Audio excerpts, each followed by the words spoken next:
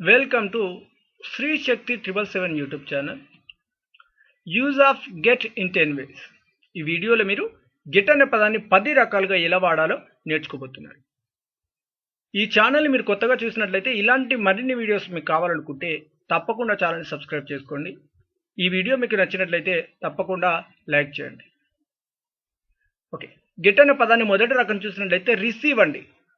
Receive అంటే ఏదైనా ఒక దానిని అందుకోవడం. ఇలా రిసీవ్ అనే పదానికి బదులుగా కూడా గెట్ని వాడడం జరుగుతుంది.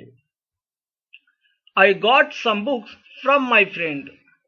నేను నా స్నేహితుని నుండి కొన్ని పుస్తకాలను రిసీవ్ చేసుకున్నాను. I have గాటన్ 2 laptops before 3 days. నేను 3 రోజుల క్రితం 2 ల్యాప్టాప్లు రిసీవ్ చేసుకున్నాను. ఇలా రిసీవ్ అనే పదానికి బదులుగా కూడా గెట్ అనే పదాన్ని వాడడం జరుగుతుంది. రెండవ రకం చూసినట్లయితే అప్టైన్ అండి. అప్టైన్కి బదులుగా మనం గెట్ని వాడడం జరుగుతుంది. అప్టైన్ అంటే తెలుగు మీనింగ్ ఏంటి? పొందడం. ఏదైనా ఒక దానిని పొందడం అని తెలియజేయడానికి మనం అప్టైన్కి బదులుగా గెట్ని కూడా వాడడం జరుగుతుంది. I have గాటన్ A job at the airport. నేను ఎయిర్పోర్ట్ వద్ద ఒక ఉద్యోగం పొందాను. There is only one way to get it. దానిని పొందడానికి ఒకే ఒక్క దారి ఉంది. ఇలా అప్టైన్ అనే పదానికి బదులుగా గెట్ని కూడా వాడడం జరుగుతుంది.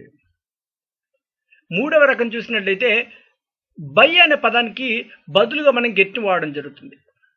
బై అంటే అర్థం ఏంటి? కొనడం. ఈ కొనడం అని బై అనే పదానికి బదులుగా గెట్ అనే పదాన్ని వాడడం జరుగుతుంది. What are you getting for my marriage. మీరు నా పెళ్ళికి ఏమి కొంటున్నారు. I have got a pen for you. నేను నీ కోసం ఒక పెన్ను కొన్నాను. ఇలా బై అనే పదానికి బదులుగా గెట్ని వాడడం జరుగుతుంది. మూడవ రకం. ఇక నాలుగవ రకం చూసినట్లయితే బ్రింగ్ అండి. బ్రింగ్ అనే పదానికి బదులుగా గెట్ని వాడడం జరుగుతుంది. బ్రింగ్ అంటే అర్థం ఏంటి? తీసుకోవడం. సారీ అండి, తీసుకోవడం కాదు, తీసుకురావడం. ఇలా తీసుకురావడం అంటే అర్థం బ్రింగ్. బ్రింగ్ అనే పదానికి బదులుగా మన గెట్ని వాడడం జరుగుతుంది. Could you please get a glass of water.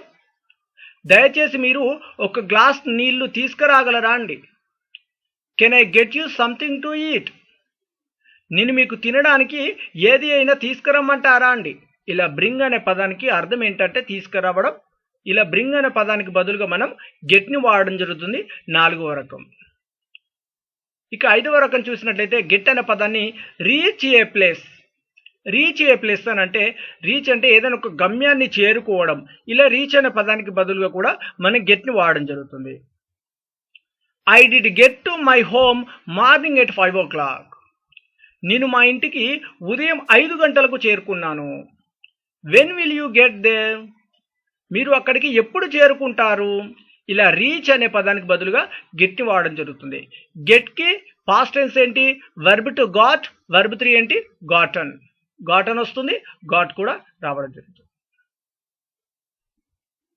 Get అనే పదం ఆరవ రకం చూసినట్లయితే బికమ్ ఆర్ చేంజ్ అండి. అంటే ఇవి రెండింటికి అర్థం ఏంటి? మారడం. ఇలా బికమ్ లేదా చేంజ్ అనే పదానికి బదులుగా మనం గెట్ని కూడా వాడడం జరుగుతుంది. They are getting very well. వారు చాలా బాగా మారుతున్నారు. I think I'm getting old. నేను ముసలివారిగా మారుతున్నాను. ఇలా బికమ్ లేదా చేంజ్ అనే పదానికి బదులుగా మనం గెట్ని కూడా వాడడం జరుగుతుంది. ఏడవ రకం గెట్ని చూసినట్టయితే అండర్స్టాండ్ అండి. అండర్స్టాండ్. అండర్స్టాండ్ అంటే అర్థం ఏంటి? అర్థం చేసుకోవడం. ఇలా అండర్స్టాండ్ అనే పదానికి బదులుగా కూడా మనం గెట్ని వాడడం జరుగుతుంది. I did not get it. నాకు ఇది అర్థం కాలేదు. I got it. నాకు ఇది అర్థమైంది. Do you get what I'm saying. మీకు నేను ఏం చెప్తున్నానో అర్థమైందా. ఇలా అండర్స్టాండ్కి బదులుగా కూడా మనం గెట్ని వాడడం జరుగుతుంది. హ్యావ్ గాట్ అండి. అంటే ఎనిమిదవ రకం చూసినట్లయితే హ్యావ్ అనే పదానికి బదులుగా మనం హ్యావ్ గాట్ని వాడడం జరుగుతుంది. అంటే హ్యావ్ అంటే కలిగి ఉండడం. ఓకేనా ఫ్రెండ్స్. ఇలా హ్యావ్ అనే పదానికి బదులుగా హ్యావ్ గాట్ని వాడడం జరుగుతుంది. I have got 2 sisters. నాకు 2 అక్క చెల్లెళ్ళు ఉన్నారు. Have you got time for dinner. Dinner చేయడానికి మీకు టైం ఉందా. ఇలా హ్యావ్ అంటే ఏదైనా ఒకటి కలిగి ఉండడం.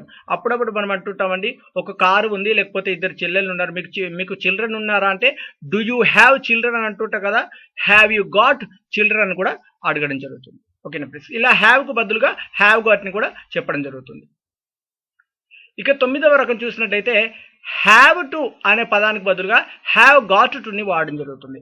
హ్యావ్ టు అనేది ప్రజెంట్ టెన్స్ మీనింగ్ అండి. దీని అర్థం ఏంటంటే ఏదైనా ఒక పనిని చేయాలి అని తెలియజేయడానికి హ్యావ్ టుని వాడడం జరుగుతుంది. హ్యావ్ టుని మనం హ్యావ్ గాట్ టుగా చెప్పడం జరుగుతుంది. I have got to do it, నేను ఇది చేయాలి. She had got to learn English before she came here, ఆమె ఇక్కడికి రాకముందే ఇంగ్లీష్ నేర్చుకోవాల్సి వచ్చింది. ఇందులో చూడండి, చేయాలి అని చెప్పేసి అన్నాము, హ్యావ్ గాట్ టు ఇది ప్రజెంట్ టెన్స్. ఇక్కడ చేయాల్సి వచ్చింది, నేర్చుకోవాల్సి వచ్చింది అంటే ఇక్కడ హ్యాడ్ గాట్ టు, అంటే హ్యావ్ టుకు పాస్ట్ టెన్స్ ఏంటి, హ్యాడ్ టు.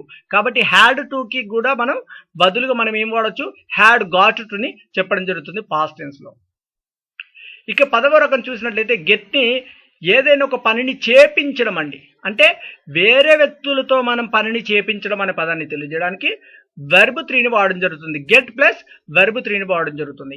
ఈ సెంటెన్స్ని మనం ఎలా మేక్ చేస్తాము అని అంటే ఇక్కడ చూడండి, మొదటగా గెట్ అనే పదం ఉంది కదండి, ఇక్కడ గెట్ ప్లస్ వెర్బ్ 3 ఉంది. గెట్ ప్లస్ వెర్బ్ 3ని ఎలా వాడతామంటే సబ్జెక్ట్ ప్రనౌన్ని తీసుకొని ప్లస్ హెల్పింగ్ వర్బ్ని తీసుకొని దాని తర్వాత ప్లస్ ఆబ్జెక్ట్ ప్రనౌన్ని ప్లస్ వెర్బ్ 3ని చెప్పడం జరుగుతుంది. ఓకేనా friends, I will get you arrested. I will get you arrested అంటే ఇక్కడ చూడండి, ఈ సెంటెన్స్లో ముందటగా ఇక్కడ సబ్జెక్ట్ ప్రనౌన్ అన్నాము, ఇక్కడ ఐ సబ్జెక్ట్ ప్రనౌన్, దాని తర్వాత హెల్పింగ్ వర్బ్ అన్నాము, ఇక్కడ హెల్పింగ్ వర్బ్ విల్ తీసుకున్నాము, ఇక్కడ దాని తర్వాత ఆబ్జెక్ట్ ప్రనౌన్ అన్నాము, కానీ ఆబ్జెక్ట్ ప్రనౌన్కి ముందు మనం గెట్ని తీసుకోవాలి. ఎప్పుడైనా కానివ్వండి గెట్ని తీసుకోవాలి. గెట్ లేదా గాట్ లేదా గెట్టింగ్ అనే పదాలను తీసుకొని దాని తర్వాత ఆబ్జెక్ట్ ప్రనౌన్, యూ అయితే యూ, హిమ్ అయితే హిమ్, హర్ అయితే హర్, దెమ్ అయితే దెమ్, మీ అయితే మీ, ఇలా ఆబ్జెక్ట్ ప్రనౌన్ తీసుకొని దాని తర్వాత వెర్బ్ 3 చెప్పాలండి. వెర్బ్ 3 చెప్పడం జరుగుతుంది. దీని అర్థం ఏంటి అని అంటే ఇక్కడ చూడండి, నేను నిన్ను అరెస్ట్ చేపిస్తాను.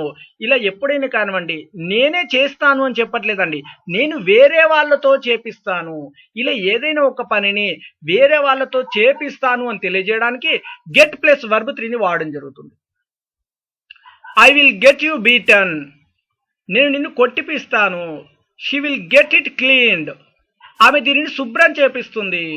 Please get the room cleaned, దయచేసి ఆ గది శుభ్రం చేపించండి. ఇలా 3వ రకం అంటే గెట్ని 10వ రకం చూసుకున్నట్లయితే గెట్ ప్లస్ వెర్బ్ 3గా వాడడం జరుగుతుంది. ఏదైనా ఒక పనిని వేరే వాళ్ళతో చేపించడం అని తెలియజేయడానికి గెట్ ప్లస్ వెర్బ్ 3ని వాడడం జరుగుతుంది. ఇంకా ఇంకో రకం చూసినట్లయితే ఏదైనా ఒకటి సర్ప్రైజ్ చేయడం అండి. అంటే ఆశ్చర్యపోయాను, లేకపోతే ఆశ్చర్యపోయారు అని అంటుంటా కదండి, ఇటువంటి పదాలకు ఆశ్చర్యపోయాను, లేకపోతే ఏదైనా ఇంకా వేరే షాక్డ్ అని అంటుంటాము, అంటే అలానే ఆగిపోయాము అంటుంటా కదా, ఇలా ఆశ్చర్యపోయారని తెలియజేయడానికి కూడా గెట్ని ఇక్కడ వాడడం జరుగుతుంది. ఐ డిడ్ గెట్ సర్ప్రైజ్డ్, నేను ఆశ్చర్యపోయాను. ఐ గాట్ సర్ప్రైజ్డ్, నేను ఆశ్చర్యపోయాను. ఐ విల్ గెట్ సర్ప్రైజ్డ్, నేను ఆశ్చర్యపోతాను. ఐ యామ్ గెట్టింగ్ సర్ప్రైజ్డ్, నేను ఆశ్చర్యపోతున్నాను. ఐ గెట్ సర్ప్రైజ్డ్, నేను ఆశ్చర్యపోతాను. ఈ సెంటెన్స్ మొదటి సెంటెన్స్ చూడండి, ఐ డిడ్ గెట్ అనేది డిడ్ అనే హెల్పింగ్ వర్బ్ మనం తీసుకున్నాం కాబట్టి గెట్ని వాడాము. ఇక్కడ గాట్ వాడాము, ఇక్కడ ఎటువంటి హెల్పింగ్ వర్బ్ లేదు కాబట్టి పాస్ట్ టెన్స్ కాబట్టి గాట్ని వాడాము. ఇక్కడ విల్ గెట్ ఇది ఫ్యూచర్ గురించి అండి, ఆశ్చర్యపోతాను. ఇప్పుడు చూడండి, మీరే ఆశ్చర్యపోయారు అన్నాం అనుకోండి, యూ డిడ్ గెట్ సర్ప్రైజ్డ్ ఇలా చెప్పడం జరుగుతుంది. ఇక్కడ ఐ ఆమ్ గెట్టింగ్ సర్ప్రైజ్డ్, నేను ఆశ్చర్యపోతున్నాను, ఇది ప్రజెంట్ అండి. ఓకేనా ఫ్రెండ్స్, ఐ గెట్ సర్ప్రైజ్డ్ అనేది నేను ఫ్యూచర్లో అంటే ఆశ్చర్యపోతాను అని తెలియజేయడానికి, ప్రజెంట్లో కావచ్చు ఆశ్చర్యపోతాను అని తెలియజేయడానికి. ఇప్పుడు వాళ్ళే ఆశ్చర్యపోతారన్నాం అనుకోండి, దే విల్ గెట్ సర్ప్రైజ్.